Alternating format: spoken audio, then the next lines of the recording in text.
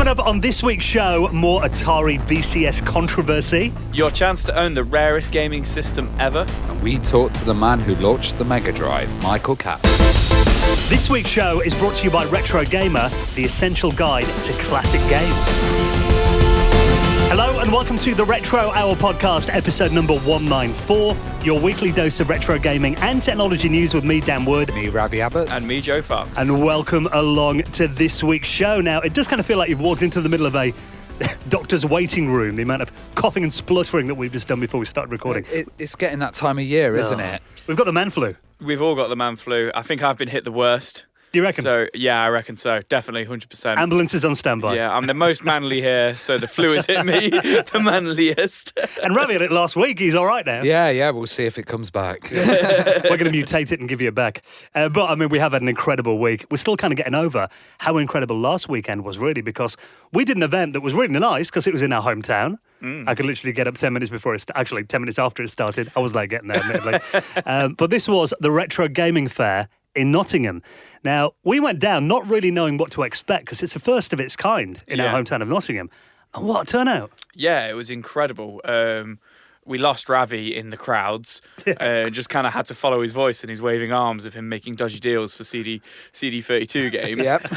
But it was incredible to see how busy it was and that there is actually a retro gaming population alive in Nottingham. Well, we got in early, didn't we? And we were walking around and, it's like, oh, this is pleasant. There's a few people here. And then the guy who's organising it just ran out and goes, the queue's outside. And when they started letting people in, it got really busy. I think they had 200 queuing outside. Well, they had to open it half an hour early because it was that busy outside, So, I mean, Matt and Steve, the guys who we spoke to, who helped organise this event, I mean, they did an incredible job. Huge success. Yeah, hopefully it'll be back next year and we'll be back there again. So if you did come down to me, we met so many listeners there as well that blew my mind. Yeah, How many it was listeners really are nice. In our hometown, we've got loads of listeners, which is crazy.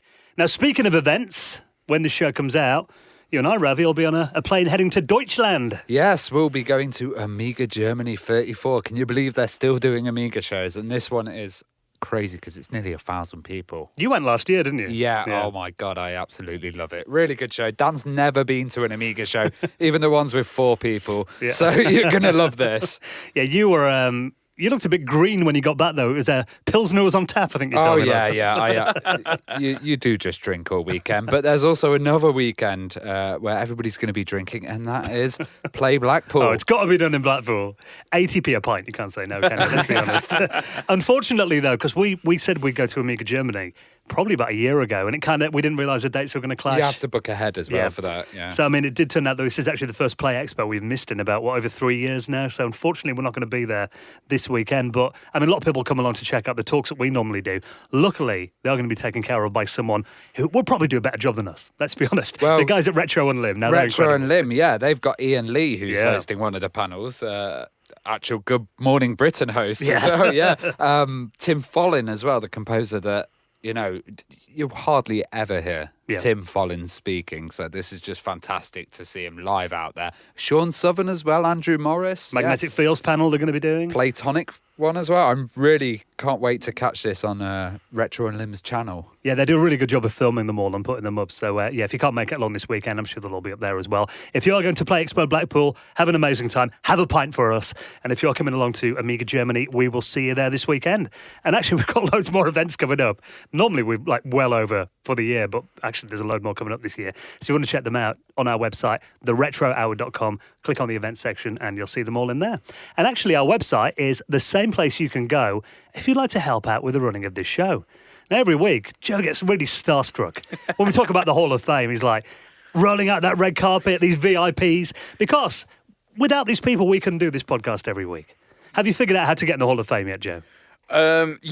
So you go onto our website. Yeah, what's the address? Retrohour.com. That's the one. And you go onto supporters. Yep. And then you can make a donation, whether that be small or large, which goes into the running of the show. There you go. Perfect. You've been rehearsing that, haven't you? No, I haven't actually. That's essentially it, though, now. This show couldn't have been going for almost 4 years without your support. So a big thank you this week to our supporters, Raymond Montalban, Matthew Martin, Kevin Lear, and Steve Arnott, who all made donations into the running of the show, and you find yourself in the Hall of Fame. If you'd like to do the same, and we'll give you a mention in a future episode, nip onto our website at theretrohour.com. Now, we talk about loads of systems on here that are like rare prototypes. Yeah. We know we're talking about that Ultra 64 controller the other week. It's cool when stuff like that surfaces, but you never expect to get a chance to actually own one of them. Yeah, so as an owner of the Nintendo PlayStation myself, I'm kidding. Well, this is the rarest of the rare. Your chance to own the Nintendo PlayStation. Now, I'm sure we don't need to recap the story, but really briefly, this was when Nintendo and Sony worked together before the PlayStation came out. It was kind of going to be a Super Nintendo with a CD-ROM drive, wasn't it? And then, a couple of years ago, a guy found one in his attic. So I think his dad worked at Nintendo. No, he bought it at an auction.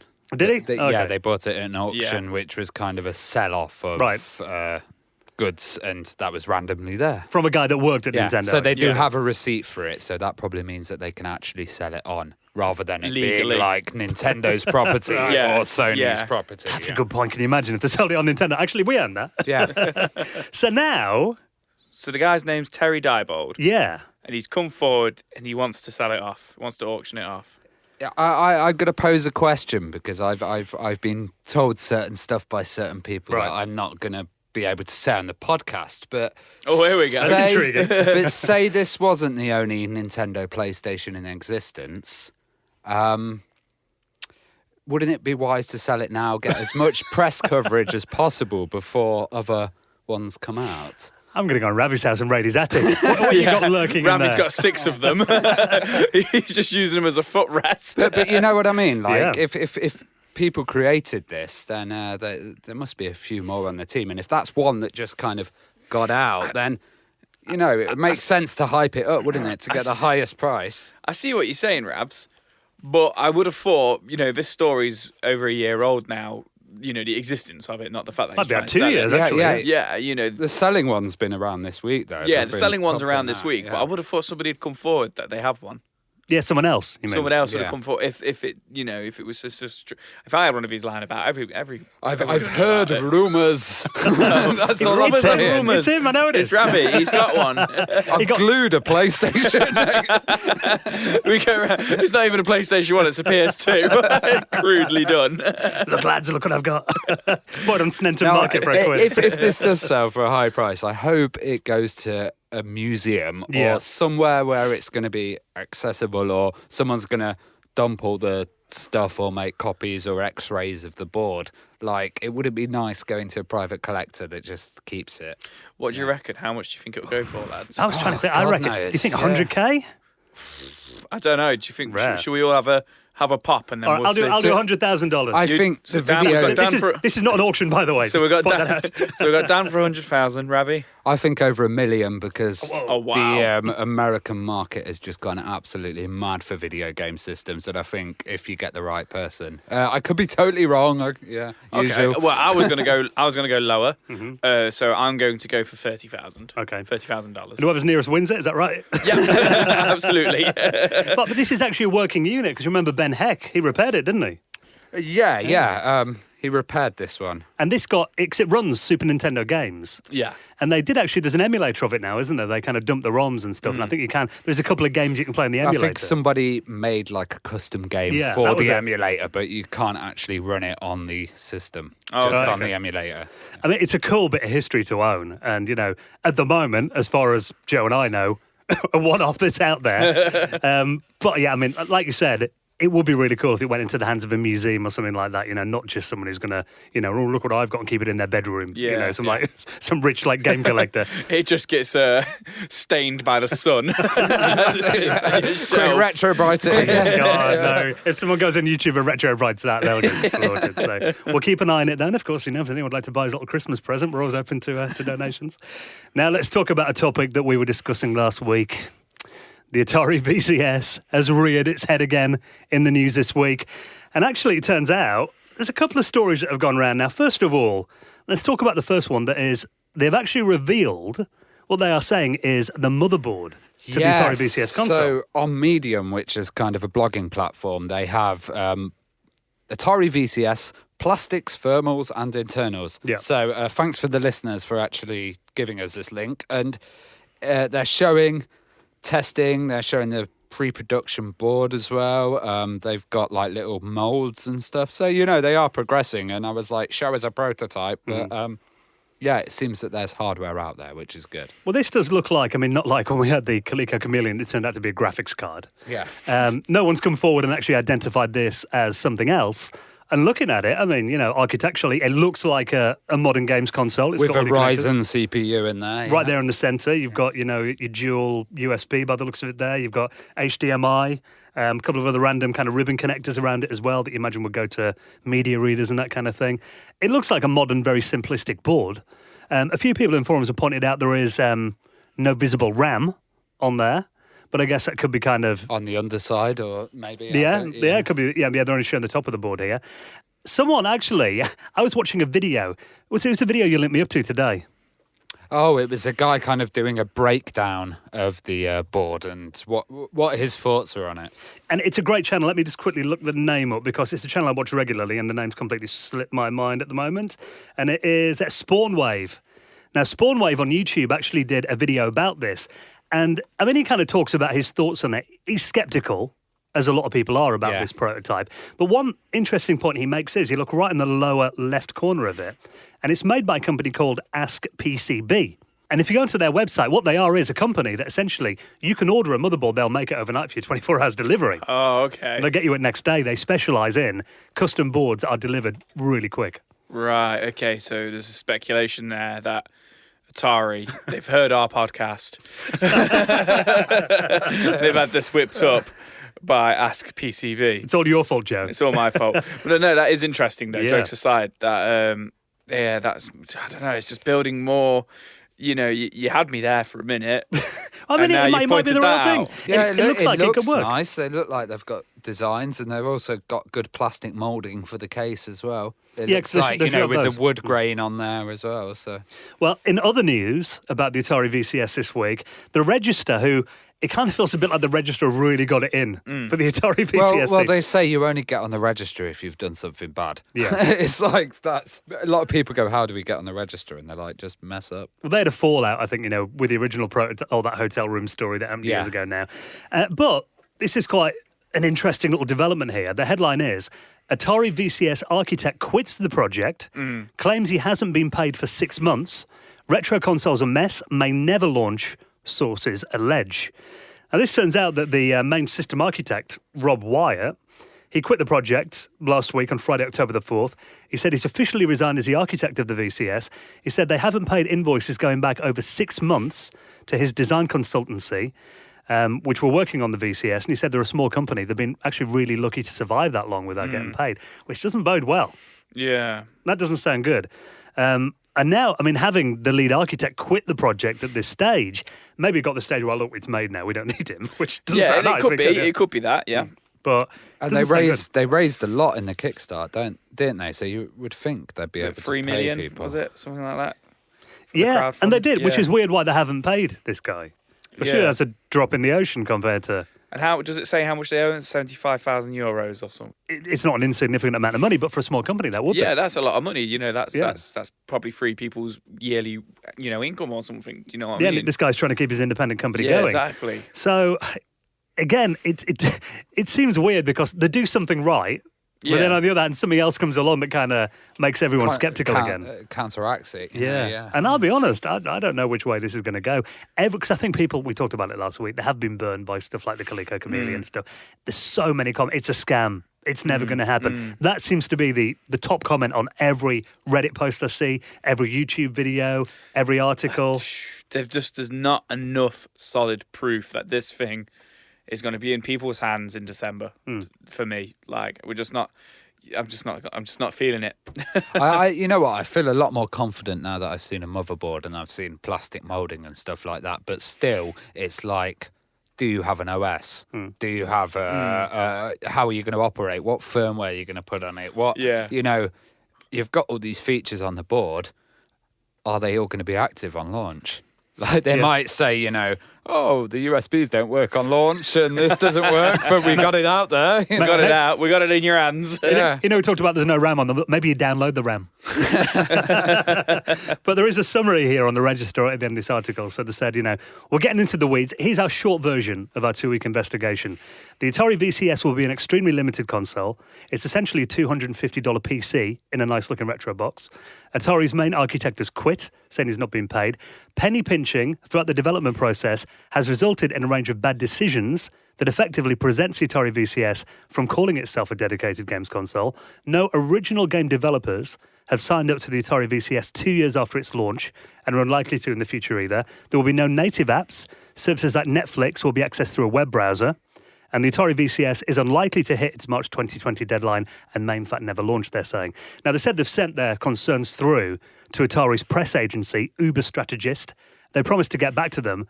And at the time of recording, this was 5 days ago, and they haven't got a reply yet. So, yeah, I mean, there's a lot of kind of bad publicity surrounding this, and they really need to go into damage control if they want to kind of get it out there. Should we cover this when something solid actually comes out next? Because we're just going to be covering drama for the next couple of months, aren't we? We'll wait till something solid happens until we get back into VCS We've got to land. a point of just me and Ravi going, it's not going to happen. It's not going to happen. And Dan going, oh, I don't know. It's like, it'll be like the Coco Chameleon one. Yeah. We are always impartial, though, so we hope it does come out. So we'll keep an eye on this. We're getting the updates, of course, we'll let you know. Now, something that actually might happen, might have more chat, even though this has not been confirmed either. Do you remember that The Simpsons have actually got a good history of video games? I remember the Simpsons arcade game was a brilliant arcade. You say The Simpsons has a good history of video games. They have a history of video games. Are you going to slag off Bart Better Simpson than versus South Park. Space Better Mutants? than South Park. Yeah, better than South Park. So there's a whole treasure trove of Simpsons games. Joseph Fox, if you're about to slag off Bart versus the Space Mutants, meaning you're going to fall out.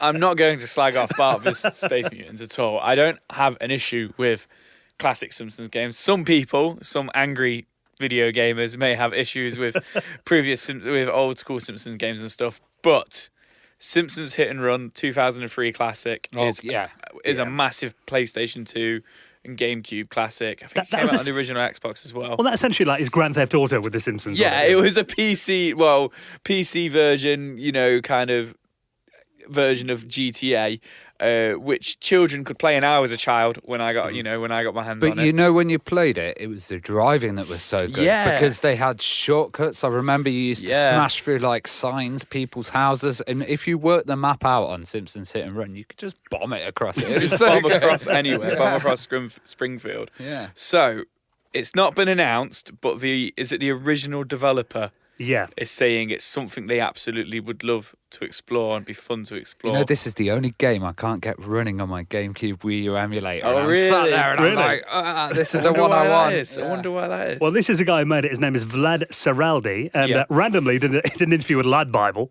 Yeah. And he said he would actually like to do a remaster of it. Yeah. And he said he could see it on multiple different platforms as a remake or a remaster. And actually now he mentions that, 'cause, I mean, I've been playing you play Mario Kart on the iPhone.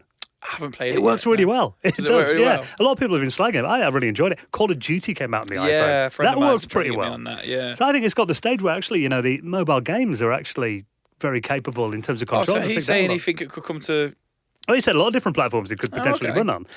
Again, I mean, it's nothing confirmed. He's just saying he could see that this could happen. Yeah. I mean, obviously, all the media have run with it. And now I think there is a demand for this game. Yeah. It's a good game, This isn't the first time I've heard people talking about it, but obviously we've actually now got the developer. Mm-hmm. But I know people do want this game, whether we were all wearing rose-tinted glasses with it. But I did enjoy it. I remember really enjoying The Simpsons Hit and Run.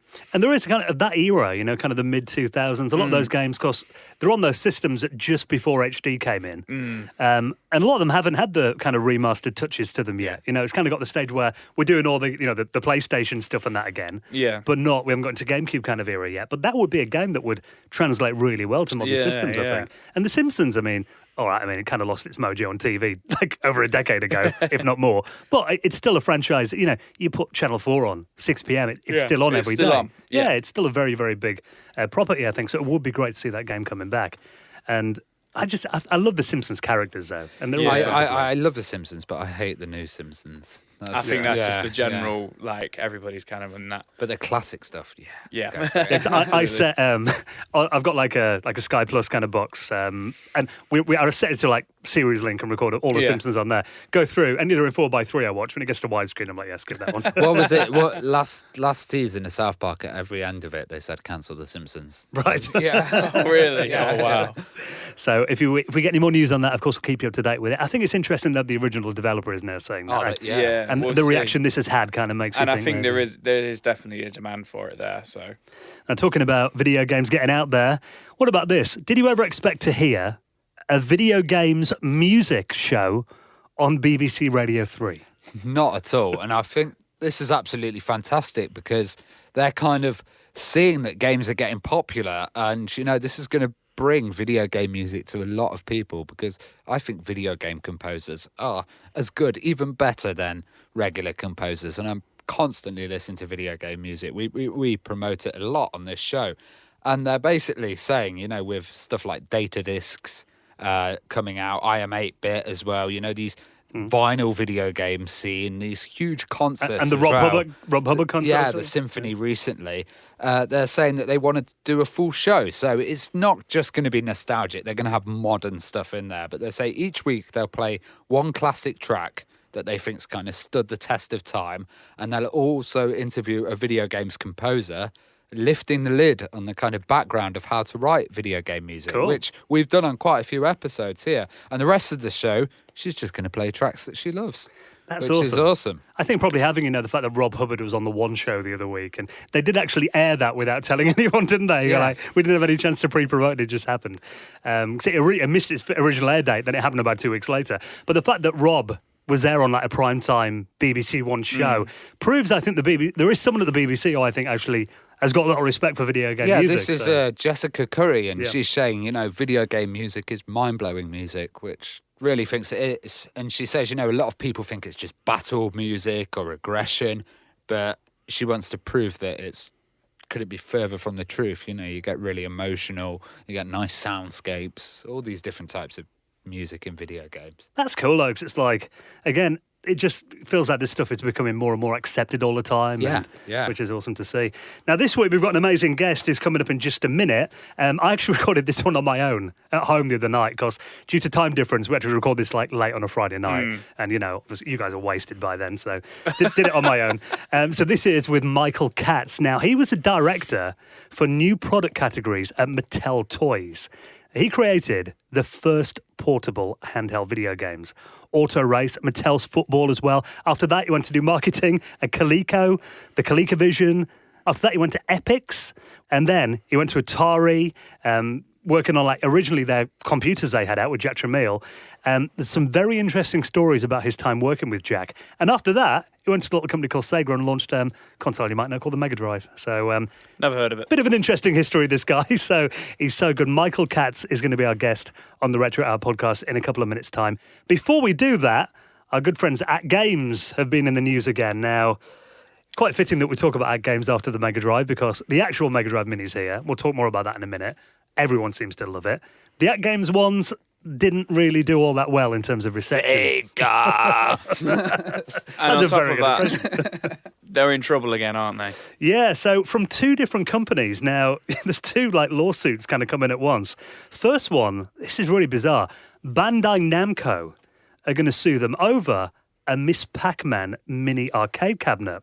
Now, they reckon that AtGames actually didn't have any license or right from them to do this. Wow. Which seems really, really bizarre.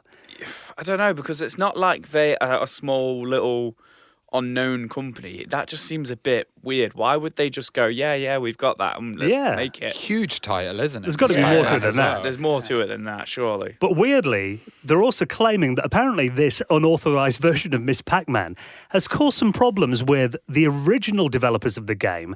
It's kind of broken down talks that were ongoing relating to the actual ownership of the game. And they reckon since this cabinet's come out, all that has collapsed now. I don't know, it just seems like excuses for like these things. This has happened. They're trying to blame AtGames.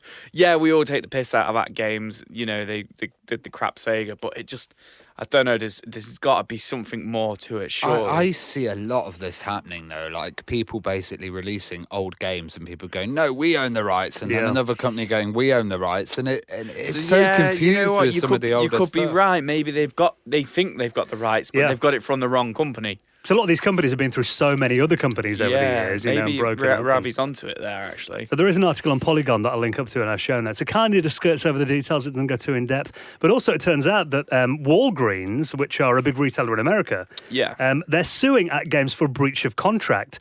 Now, they're saying that, when they obviously released all, the flashback machines and the Mega Drive that they brought out, that they didn't sell too well. And apparently they promised Walgreens that they could return them and get the money back. And apparently they sent them all back and they didn't get any money. That's the same. So they're owed $1.62 million for unsold products that they returned, apparently. So not a good month to work at AtGames, I'd say. It doesn't seem to be doing too well at the moment. So interesting developments. Want to read more about those? I'll put those in our show notes at theretrohour.com. Now, of course, the Retro Hour is just one place where you can find out what's happening in the world of retro gaming. The other one is, and something that everybody needs to read, is our very good friends at Retro Gamer magazine. Now, of course, Retro Gamer, legendary title, been going for years, comes out every month, and the only magazine dedicated to all aspects of retro gaming. They bring you exclusive access to classic developers, taking you behind the scenes, read what the biggest names in the industry have got to say about the games they created, the legacy they've left, and also revisit your favourite games of all time and uncover fascinating new facts. Now, on the week that the Mega Drive Mini did, of course, come out last Friday, Retro Gamer this month has got their cover feature dedicated to the Mega Drive Mini, and also the guys that are behind the software on there, the story of M2. Now, they've made, really, they're responsible for how good the Mega Drive Mini is. And there's only one of us around this table here who owns one, and of course, it's you, Joe. It is me. You liking it? I'm loving it. Played it quite a lot with my wife so far. Managed to pick it up. I went to pick it up the day it came out, but unfortunately Argos was closed when I got there, so I picked it up the next day. Absolutely loving it so far. The feel of the controllers are just 100% legit. And then the games are just running absolutely smooth, so smooth. And there's been a few comments I've seen from other reviewers and stuff saying there's a slight delay. I've not had any issues in delaying the emulation or anything like that. Well, you've gone pretty much from RF to like HDMI now. When it comes to Mega Drive, yeah. Yeah. Must be in heaven. So it does look pretty nice, pretty crisp. I've not stretched it out or anything. I've left it in the original ratio and stuff like that. But yeah, absolutely loving it so far. And, it's really nice to kind of read all about it in Retro Gamer magazine as well. But one thing I wanted to point out is, I was talking to Dan about it earlier on, is I found it very interesting that the controllers have the red ABC buttons, not the actual buttons themselves, but the text on them. The text on them are in red. And then the start button is in white. I'm fairly certain that's not how the original Mega Drive controllers were. If you had a Mega Drive 1 controller, all white. It was all white. Yeah. And if you had the Mega Drive 2, it was all red. So I've not seen anybody point that out. It could be because I'm going insane and I'm wrong. Or you've got a really rare exclusive one off. But yeah, maybe. But I don't know. Like, I was just like, this is bizarre. I've not seen anybody mention that. Or you think everyone would, wouldn't you? Yeah, you would have thought. So people scream at me if I'm wrong. Yeah. Point it out if you think, yeah, that is interesting. Let me know. So if you want to read more about the Mega Drive Mini, though, if you are thinking of getting one, maybe an exclusive limited edition like Joe's, and there's actually 17 pages dedicated to it in this month's edition of Retro Gamer magazine. They've also got stuff like the making of Astro Clone, that was a legendary game, talking to Steve Turner as well. And then, a game that I know is one of your favourites. You love Shinobi, don't you? I do love a bit of Shinobi. And they've got Shadow Dancer, the making of that game. Yeah, they've got like a complete making of Shadow Dancer, everything you need to know about it as well, which is really interesting. So that's the kind of stuff that you can read about in Retro Gamer every month. The essential guide to classic games. Now, we've had this offer running for a couple of weeks. This is your last chance to claim this, all right? People have been tweeting us going, honestly, is this legit? Is this serious? This is, honestly, we've been serious here. We want to give you a chance to save 93% off the cost of Retro Gamer magazine. So that means, bear in mind, it's monthly, 3 issues of Retro Gamer that would normally cost you 15 quid if you went to the newsagent and bought it. How's about this? We'll give you it for £1. You can't get anything for £1 these days. We keep saying this. What can you get for £1? You get a 99p burger from McDonald's. Or 3 copies of Retro Gamer magazine. Do the maths. Which one would you rather have? I would definitely have the free retro gamer magazines. Well, with the other 14 quid you save from getting that, you could get yourself 14 Mackie D's burgers. Well, while there you're we wigging. go, exactly. Yeah. Everyone's a winner. So if you like this, 93%, an exclusive offer only for Retro Hour listeners. Get this while it's on. Do not miss out on it. And of course, you'll be helping out the podcast by doing it as well. All you have to do is tap this into your browser, myfavouritemagazines.co.uk/retro hour. So that is myfavouritemagazines.co.uk/retro hour with Retro Gamer, the essential guide to classic games. And now, let's get into this week's special guest, talking about legendary companies like Mattel, ColecoVision, Epix, Atari, Sega. I catch up with the legend that is Michael Katz. You're listening to the Retro Hour podcast, and it's time to welcome on this week's very special guest. Now, we're going to get some stories about real innovative companies in the early days of video games and electronic entertainment like Mattel, Coleco, Atari, Epix, Sega, of course. Let's welcome on this week's very special guest. Welcome to the Retro Hour podcast, Michael Katz. Thank you, Dan. Happy to be here. Now, let's kind of go back to, day one. I thought it would be a good place to start right at the beginning. I mean, do you remember your kind of first experience with video games when you first kind of saw them? Okay. I was hired at Mattel back in 1975 to be, the title was Director of Marketing for New Product Categories. And that meant getting Mattel into areas they had never been in before, as well as trying to get them established in areas where they had failed, like toy trucks and traditional games and things like that. So it was a pretty open and broad charter. In that 3 or 4 year period, we tried to get Mattel back into new categories or back into categories that they hadn't succeeded in against the likes of Hasbro and Parker Brothers and Milton Bradley, Tonka and others, but also to get into completely new areas. And I had different development groups that I was working with at Mattel. Preliminary Design was the name of the department, and they were basically the inventors. And after they invented a concept or a product, or did the prototype, it was passed on to the engineering department once it had officially gotten the green light, and it was developed into actual product. So at one point in, I guess, 1976 or 1977, I was meeting with Richard Chang, who was a preliminary design director in charge of new areas. And I said to him, Richard, let's try to develop the first electronic game. Let's make it the size of the battery-powered electronic calculators. Let's use LED or LCD technology, and let's see if we can create a game. So Richard came back about a month later with a prototype where it was a vertical prototype of LEDs going from the bottom of the screen to the top. And as the LED that you were controlling moved up the screen, you tried to avoid LEDs that were coming down to hit yours. And it was enchanting. It was interesting. It was playable. We made up some themes that possibly could be used to make the game understandable and make it into a game with gameplay and objectives. And the first one was Auto Race. We had tested the themes. Football was a more popular theme. We did some qualitative and quantitative research with game players, but we made the first one Auto Race.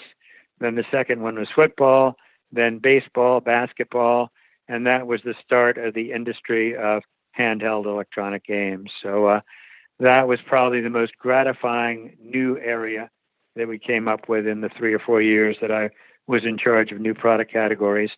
But the most exciting thing was when we came up with the prototypes. I went out and showed them to the 10 key retailers, and there was a range of excitement from general terrific excitement about this new category of electronic product to people like Sears and Walmart who said, well, it's interesting, but we're going to wait and see if it's really as hot as you guys think it is. So they waited till year 2, found out that it was very hot, and started taking distribution, not initially, but Sears and Walmart 1 year after the category started. And I think that was a really bold step because you think of Mattel, I mean, they were more known for Barbie dolls and Hot Wheels and then Auto Race. I mean, how much did that retail for? Was it like $24, $25? It must have been quite a premium product for them. It was $39.95, wow. And I think when promoted, $29.95. And you're right, it was a high-priced item. It was the first electronic item.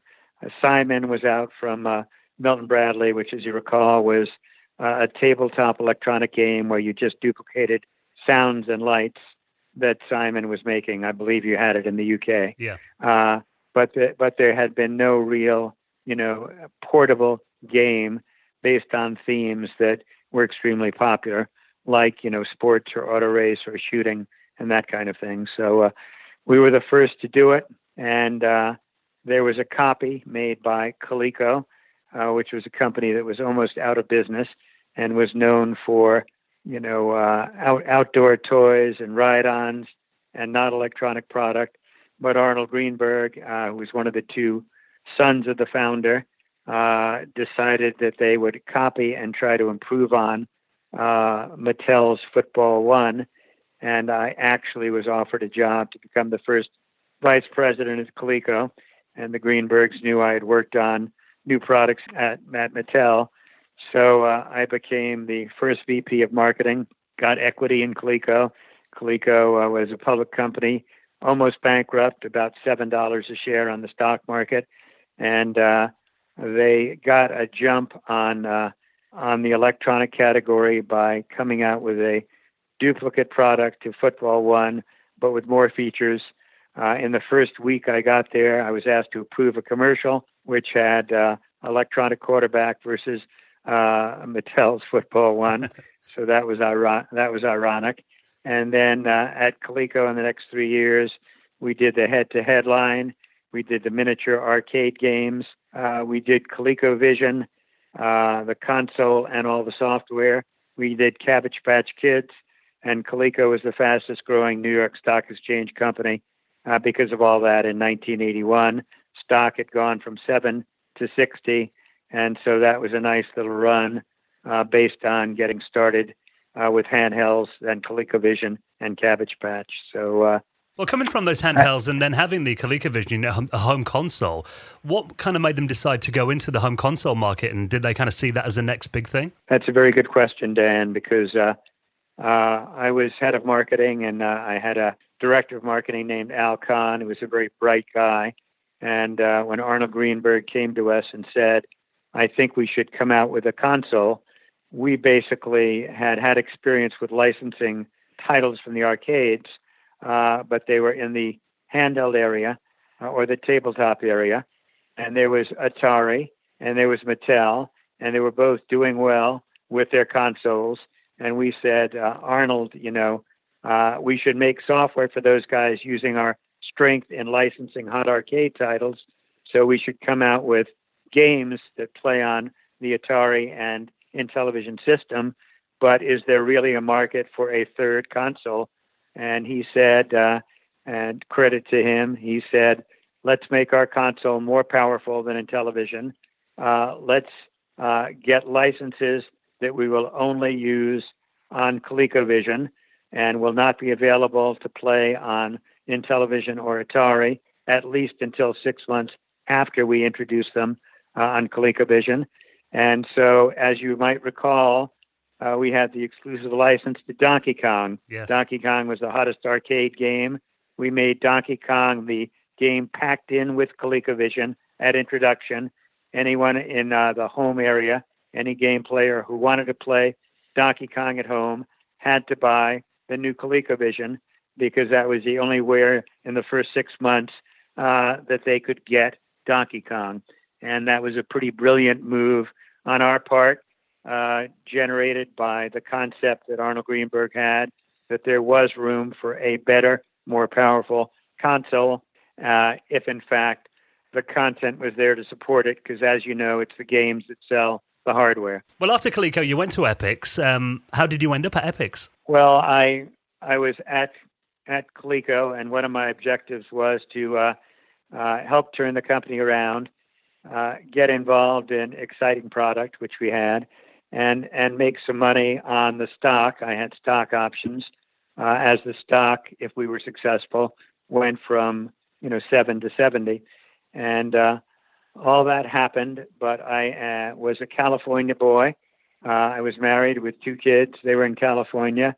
My goal had been to be part of what happened at Coleco, which I was lucky successfully did happen, and to return to California as the place I wanted to live and become president of a growing, toy or video game or electronics company.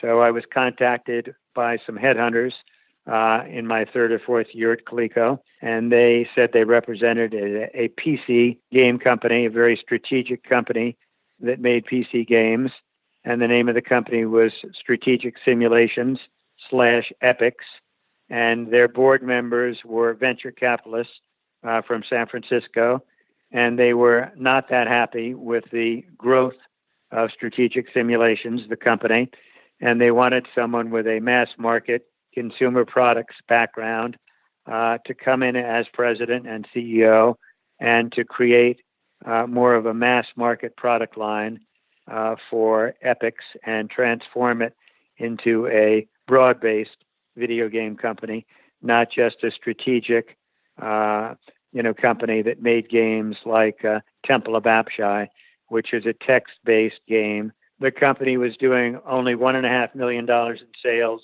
and losing money. And so the board members who recruited me and the search firm they used basically said, we want you to come in as president and to do what you've done and learned at Mattel and at Coleco and transform Epics into a mass market game company. So it was extremely gratifying. I joined the company.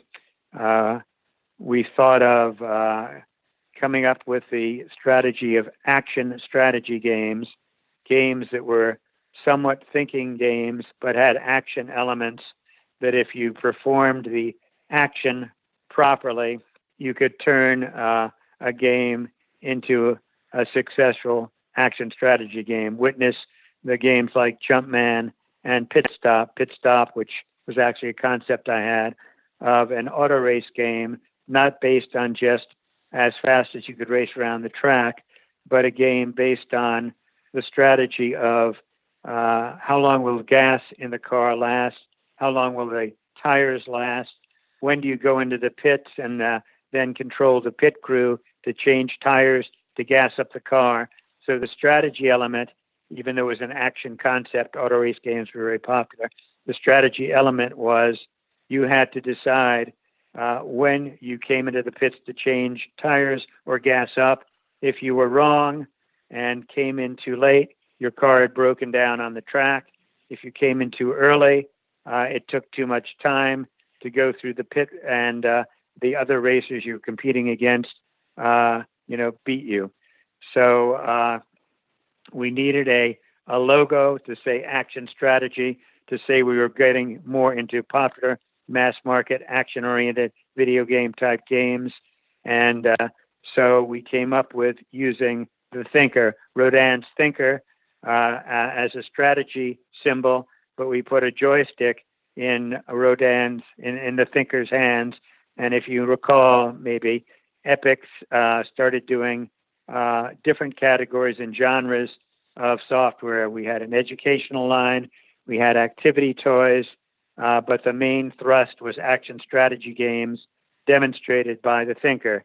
And on each package, we had, either so many Thinkers, or we had the academic symbol suggesting it might have been an educational game. And for action, we had a different symbol.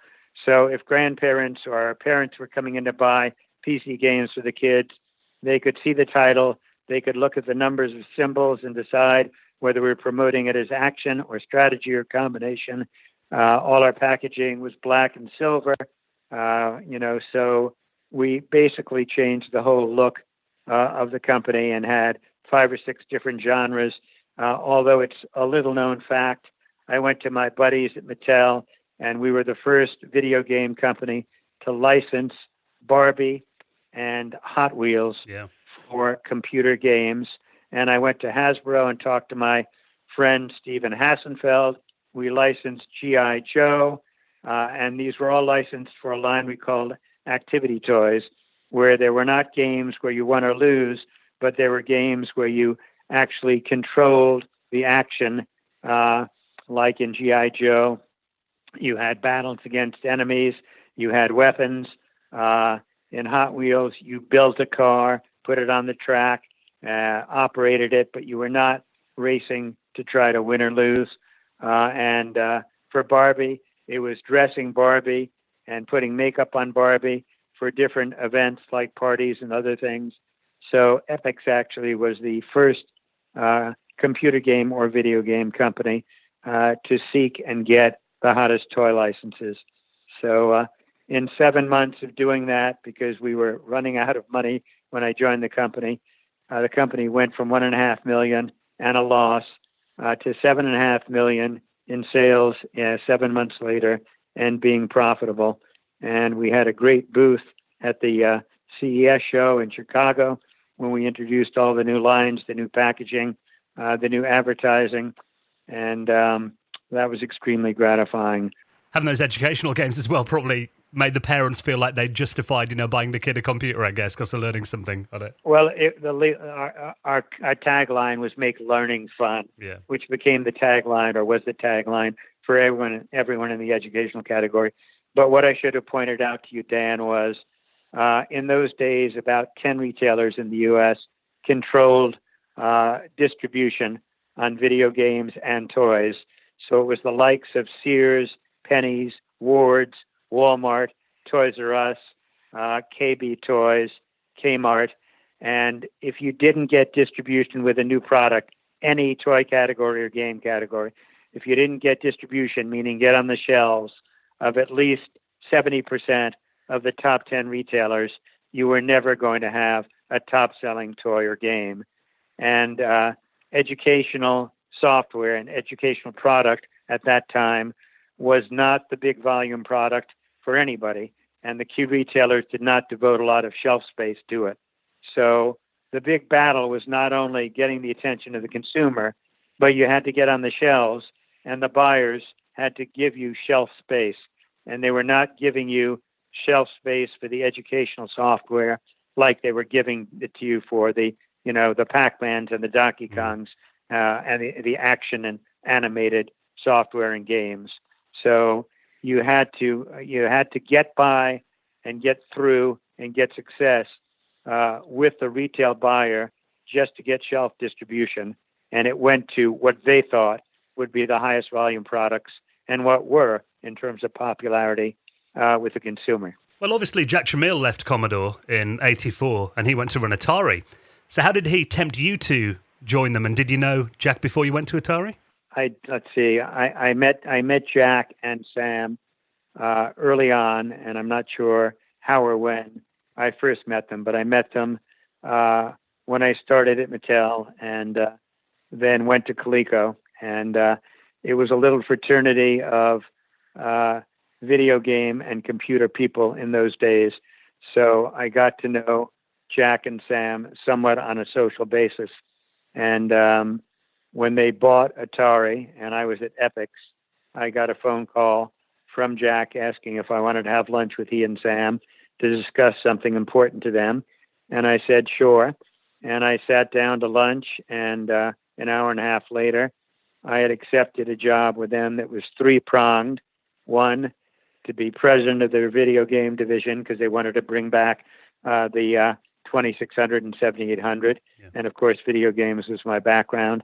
They wanted someone to run marketing in the home computer division for the Atari titles. And they asked if I would do that. And I said, I'm willing to do both those things if you do something for me. And they said, what's that? And I said, I want to start a division at Atari called Entertainment Electronics, and I want to run it. And Entertainment Electronics is doing electronic toys and games, not video games, but products like what Worlds of Wonder came out with 4 or 5 years before, like Teddy Ruxpin, like Laser Tag. I want, under the Atari name, us to have a division for electronic toys, working with outside inventors to develop great electronic product, having our own inventors internally, and working with any of the arcade companies that might have come up with concepts for non-game electronic product that they didn't have the know-how or market to do themselves. So Jack said, okay, you're president of the Entertainment Electronics Division, you're president of the Video Game Division, you're head of marketing for the Atari Home Computer Division. What do you want to take the job? So I asked for stock options. I asked for, autonomy in certain areas. They said, yes, do it. And so we did it. And I later learned that one of Jack's motivations, the main one for bringing back video games, was to get a revenue base and profitability and cash that he could use to develop the ST computer. That was his baby. That was going to be the Commodore 64 computer. And he had no interest in video games. And in fact, he had no interest in my entertainment electronics division, which we found out by licensing the first product from an electronic game company in Chicago that was run by Ken Fidesna. It was Williams Electronics. Two of their engineers had developed a superior state-of-the-art laser tag product, but Williams didn't want to get into anything other than arcade games. So I convinced Jack that this was the first product I wanted in entertainment electronics. We wanted to pay them a royalty. We wanted to get it out for whatever Christmas it was, and that would be, our first thrust into entertainment electronics. And all went well until about 2 months before Christmas, when we were developing the marketing program. We had already worked out a licensing deal with Williams, and Jack said, I don't really want to become an electronic toy, toy company. No way. He said, I'm pulling out of the deal. And we've had to pull out, leaving Williams with the product, with the deal, but with no distribution and no way to market it. So that made it clear to me that Jack's motivation was basically get revenue to support the ST development.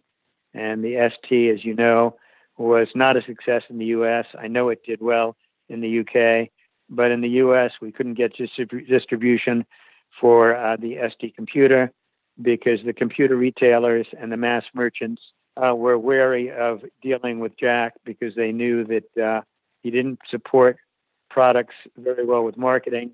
He was difficult to deal with, and all of the retailers needed co-op advertising supplied by manufacturers, and they didn't think they were going to get any kind of support from Jack on the computer side, as well as him not spending a lot of marketing dollars. So that's when Jack decided we'll just buy our own retail chain in the States. We'll buy Federated Electronics, a bankrupt retailer in Los Angeles, sort of like the Best Buy of today, but not nearly successful. And he said, if they won't give us, and like Tandy and Radio Shack at that time, he said, if they won't give us shelf space to the ST, we'll buy our own retail shelves, we'll buy Federated, and we'll sell it exclusively, just like Radio Shack and Tandy. And it didn't work. Well, how did you feel about all this, though? Because, you've been brought in to do this thing you wanted to do. And that laser tag thing, personally, that must have been quite an embarrassment, I guess, and put you in an awkward situation when you got that far into it. That wasn't the only awkward situation, Dan. I'll tell you one other, then I'll answer your question. The other awkward situation was I knew Dave Rosen, the U.S. chairman of Sega, quite well just from being in the industry. And I got a call from Dave Rosen one day asking if I would have any interest in taking a look at a game console system that they had developed in Japan for Sega that was more powerful, with more abilities in terms of graphics, animation, and sound than any of the consoles out at the time. And would Atari have an interest in licensing the hardware, licensing this new system? and it would get Atari back into the game with the leading console system in terms of power and capability. I, of course, got excited. I went in and told Jack about it and Sam. We set up a meeting between Nakayama, Rosen, the Tramiels, and myself, and they offered Atari the opportunity to license what became the Genesis product. And after several weeks of negotiation, Jack was not willing to pay the advance and guarantee and royalty amount that Sega wanted. So Sega decided at that point to do it themselves. Ironically, I went on to Sega like I had at Coleco to compete with the company I just left. But that's crazy. So Atari could have had the Genesis and they could have released it. Exactly. Atari could have gotten back into the console business, not just by lowering the price of the 2600, which we did, and making it smaller physically, and making it the low-end, video game for people who couldn't afford at that time Nintendo, and later couldn't afford the PlayStation. So instead of just playing catch-up by lowering the price of the Atari 2600 and making an attempt at the 7800 by finishing that off and getting some software for it, which I can get into, and trying something called the XE game system, which was supposed to be a combination game player and low-price computer, but it never caught on as a marketing concept. Instead of just doing those three things, we could have licensed the Genesis and really gotten back into the game console business in a big way. You know what I'm thinking, though? Because I'm looking in front of me here, and I've got a few consoles here. I've got actually a Mega Drive in front of me, and I've got an Atari Jaguar actually as well. And the Jaguar was a capable platform, but it obviously wasn't a successful platform. Do you think if Atari had got the Genesis, do you think it would have been the success that it was under Sega? I would have had to have convinced Jack, or Jack would have had to have been willing, with the help of Sam, who was a little more open to things that were non-computer related.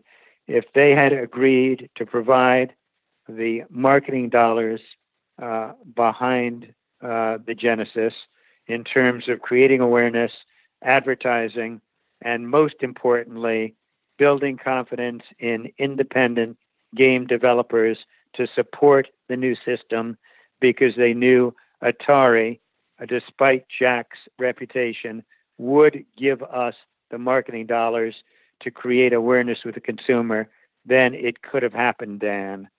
But the whole hesitancy of any developers, game developers, software developers, to support the ST computer, to support the 7800, was all due to the reputation that Jack had of not, providing enough money behind his own products to create a market and to gain market share for his own products, meaning the Atari products, so that the consumer would be aware of it, be confident, and would have a great library of software, whether it was a game product or a combination product, or the most powerful new game system. So that would have been a barrier that would have had to have been overcome. Jack would have had to have a change of thought and a change of philosophy about promoting and marketing and providing the amount of money behind his hardware to get the support of the software community. And I think, that did kind of show when he was at Commodore as well. It was the same. It was kind of his philosophy was to release machines at the lowest possible price. And maybe quality control wasn't always at the top of his list. But obviously they did have a very successful product with the Commodore 64. But then we look at Atari, and you did mention the Atari 7800.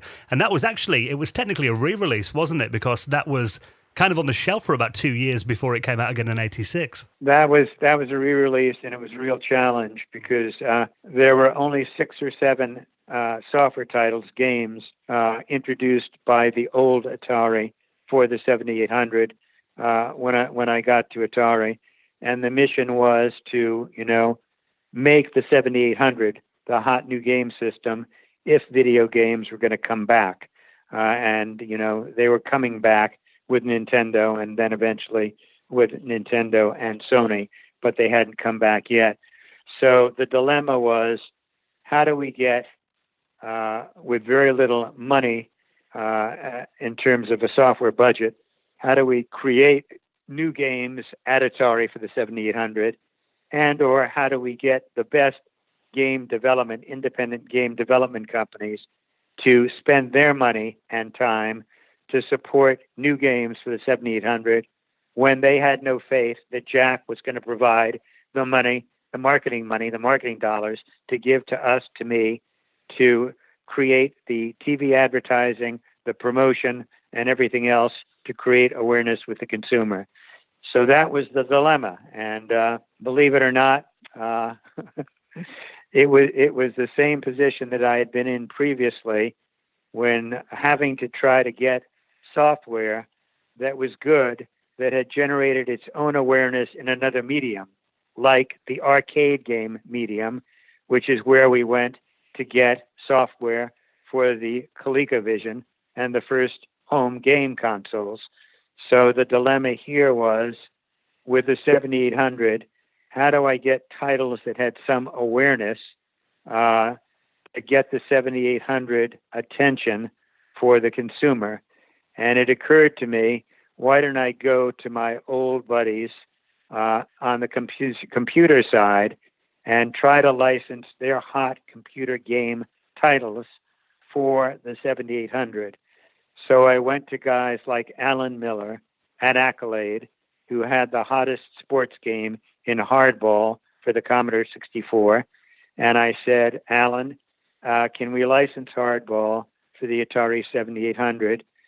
You can do the conversion, or we can do the conversion, and we'll have a sports game to add to the 7800 library that has already generated some awareness.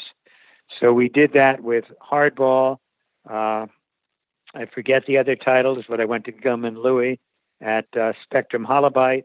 I think I went to Bill Staley at Microprose for a flying game.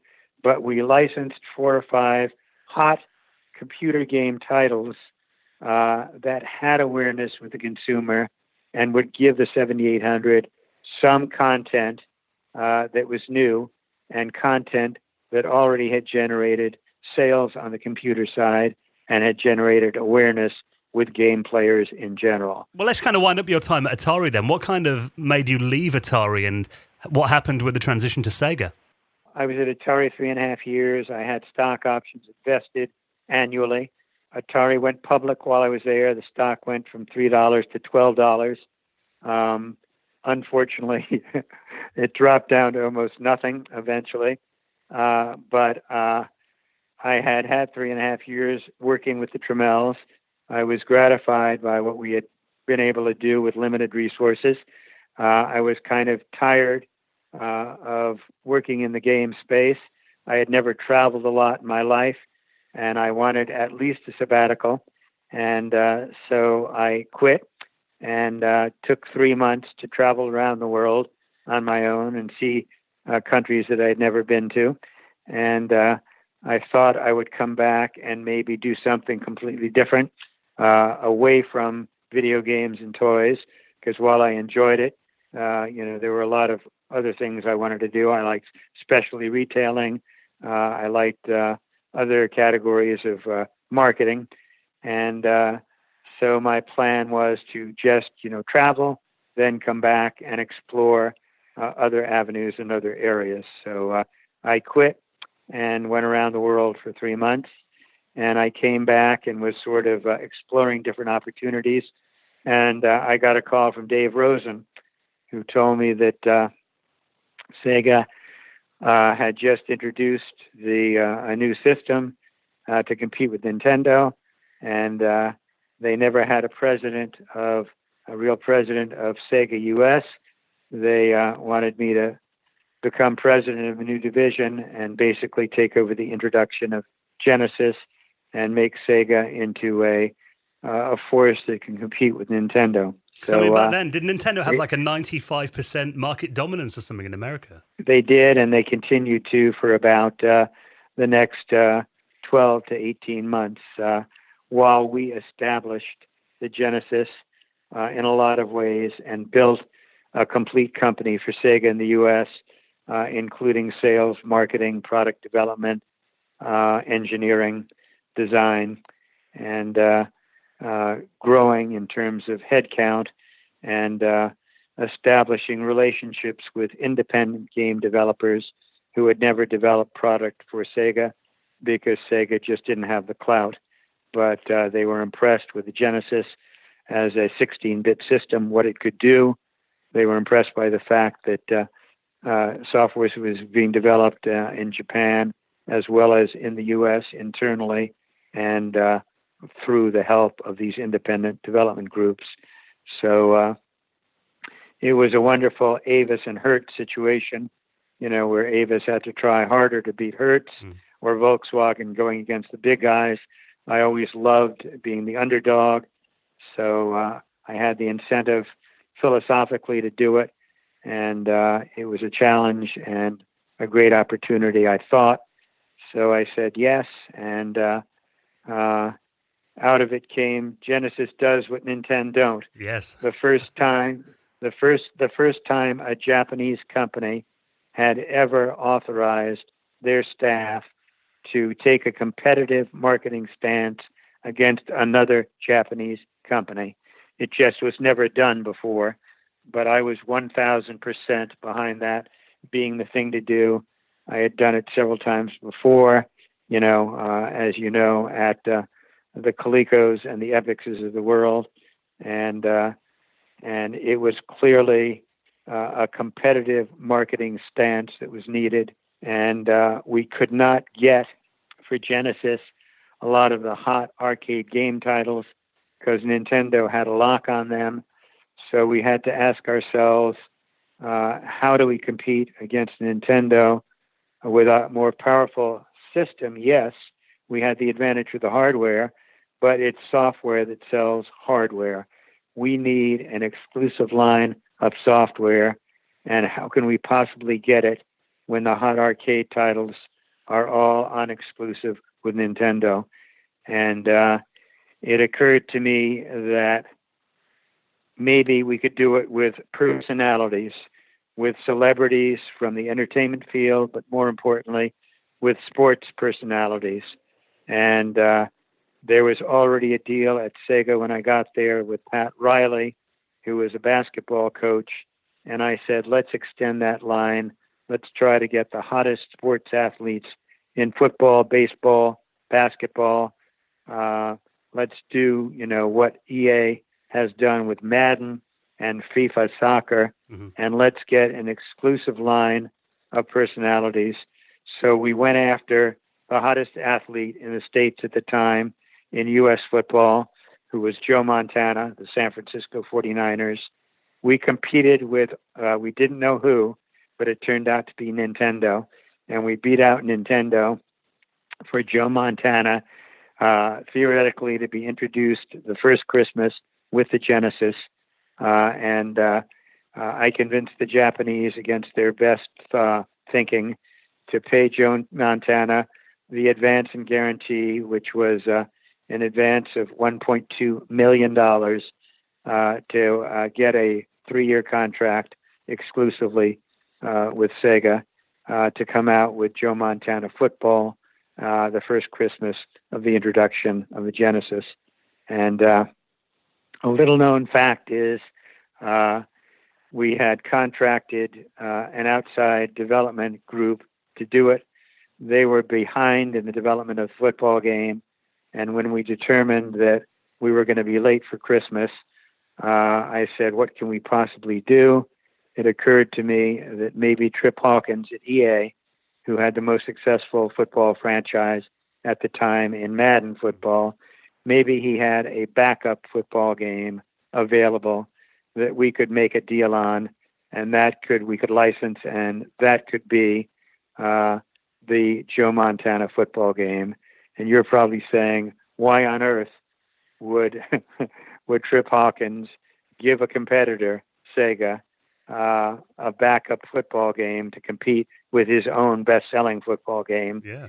And the answer is we gave him a deal where he didn't have to pay a license on any software he made that played on the Genesis, and we paid him a fat royalty to be able to take over his backup football game, have them finish it quickly, and make that the Joe Montana football game. So you know a little known secret that I've talked about before, Dan, but nobody seems to have picked up on.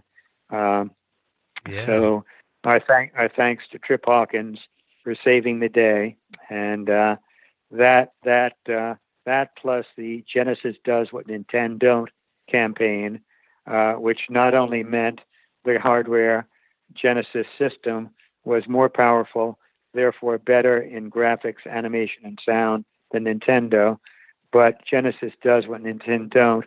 We also transferred into our pitch on software by having Joe Montana represent football, Pat Riley represent basketball, Tommy Lasorda represent U.S. baseball. We licensed the boxing champion of the world at the time, Holyfield. He only lasted 6 months before he was beaten again, but we had for a short time the hottest boxer.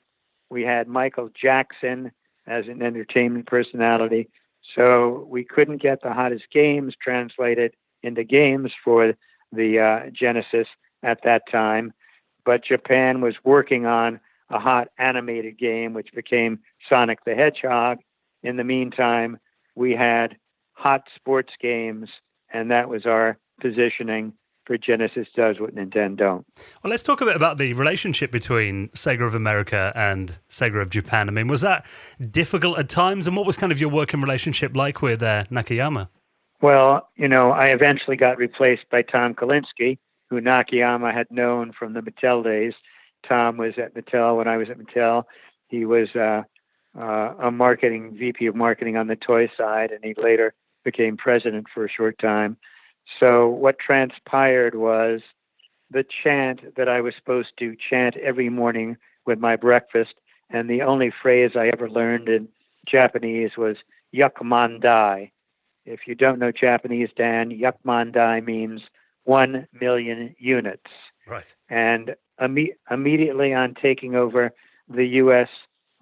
Division, the new U.S. division, and becoming the president, I was told that my mission in the first 12 months was to sell Yakumandai of Genesis consoles, 1 million units. Well, that was a ridiculous target for the game category, since Nintendo had 95% market share.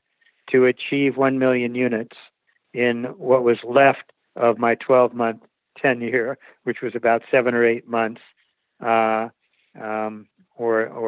thereabouts, was probably undoable, because we had to establish awareness, we had to get a library of software, and we had to get consumers to try Genesis who were Nintendo stalwarts, and for the last 5 years had played nothing but Nintendo, bought nothing but Nintendo software, and nothing but Nintendo consoles. So what we achieved was sales of 500,000 units, which we were all pretty gratified by and thought was damn good. But the Japanese Yakumandai cadre thought, because they didn't know the U.S. market, thought that Katz and the boys should have easily reached that 1 million units. So when Nakayama ran into in Japan his old acquaintance Tom Kalinske, he said, gee, I bet Tom could do it. Let's bring Tom in to replace Michael Katz, and I know that he will achieve 1 Yakumandai. So Tom was brought in, and of course Tom achieved Yakumandai, because 3 or 4 months later, everything we had done in the first year came to fruition. We started denting Nintendo's share, and by the end of the 18-month period probably after we started the new division, we had about a 20% share from a 5% share, which in the next 6 months went to about a 30 or 35% share. And because of the fact that we did everything that you had to do against Nintendo to build a franchise and get deserters and cannibalization from the Nintendo base. Did that leave a bit of a sour taste in your mouth, and the fact that Tom kind of got all the credit for it, and kind of often, many sources, he continues to this day, really? What leaves the most sour taste in my mouth of anything that could happen in business and does happen in business is when people take credit for what other people have done, and they take credit claiming that they have done things that they didn't do. So I'll answer the question that way, Dan. Well, obviously, Sega had a bit of a rough ride in the decade after you left. I mean, you must have been immensely proud of the success that the Genesis had and, taking on that Goliath of Nintendo and having that success. I mean, Sega never replicated that after, so, you had a really good legacy in doing that. It was very gratifying. Well, today, I mean, the time we're recording this, the Genesis Mini, or the Mega Drive Mini, as it's known here in the UK, just got released today. A small version of the Sega Genesis with loads of built-in games, and now we're seeing books come out and YouTube videos and podcasts like the one that we do. Are you surprised at this interest in those days that were 30 years ago now? Are you surprised that people are still talking about it and still interested? Very. I don't think the number of books that are going to be sold or articles that are going to be read are going to be that impressive in terms of book sales, let's put it that way. But I am really impressed that publishers and editors are so encouraged by the subject matter because they see what's happened to the video game category as a whole in the last 15 years, that they think anything related, including retro, and including writing about the old days, is going to be of interest. So I am surprised. Yes, I am surprised. But I in the last 20 years, when I've been doing other projects and been basically semi-retired, I was asked by someone to, find out what happened to the Epics library. And I did find the Epics library, and I was responsible for doing a deal with some unknown company that decided to buy the hot Epics computer game titles. And I was really surprised, 10 or 15 years ago when someone was interested in that. So my surprise continues with what's going on now. I'm delighted, but I'm surprised. And, the fact that you can walk into a drugstore or a toy store at Christmas time, and have been able to in the last 3 or 4 years, and buy a replica 2600 or ColecoVision or Sega system, for as little as $29.95 with a chip in it that allows you to play 30 or 40, built-in games. It's a great value. It amazes me that, people want to do it because the graphics, of course, are going to be ancient graphics in a lot of cases, even though I know they're being modernized on the Sega stuff. But, I'm interested, I'm surprised, I'm delighted. I always think it's kind of like music, really. I mean, you kind of remember the music that you listened to as a teenager or a kid really fondly. I guess it's probably part of that, the nostalgia factor comes in, I guess. Yeah, exactly. Yeah. I'm a retro guy when it comes to vintage clothing. I have a collection of militaria uniforms, basically uniforms and stuff going back to World War I into the present. I like older cars. I don't buy a car unless it's at least 15 years old. I love my, to your behest, I love the Jaguar S-Type 2002 I have, because it's got the wonderful Jaguar grille from back in the, 60s. And so I love vintage and I like retro myself. Old Ralph Lauren, herringbone tweed, old Harris tweed, British stuff.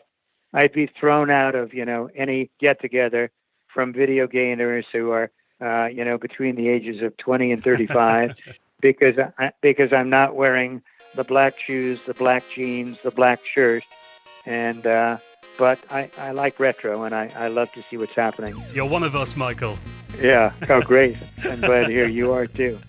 Well, it's been so interesting getting your stories about, these companies that shaped our childhood and these incredible systems. So thank you so much for being our guest this week. It's been amazing getting your stories. My pleasure, Dan. I'll unfortunately, I haven't heard your podcast before, but I'm definitely going to check it out now.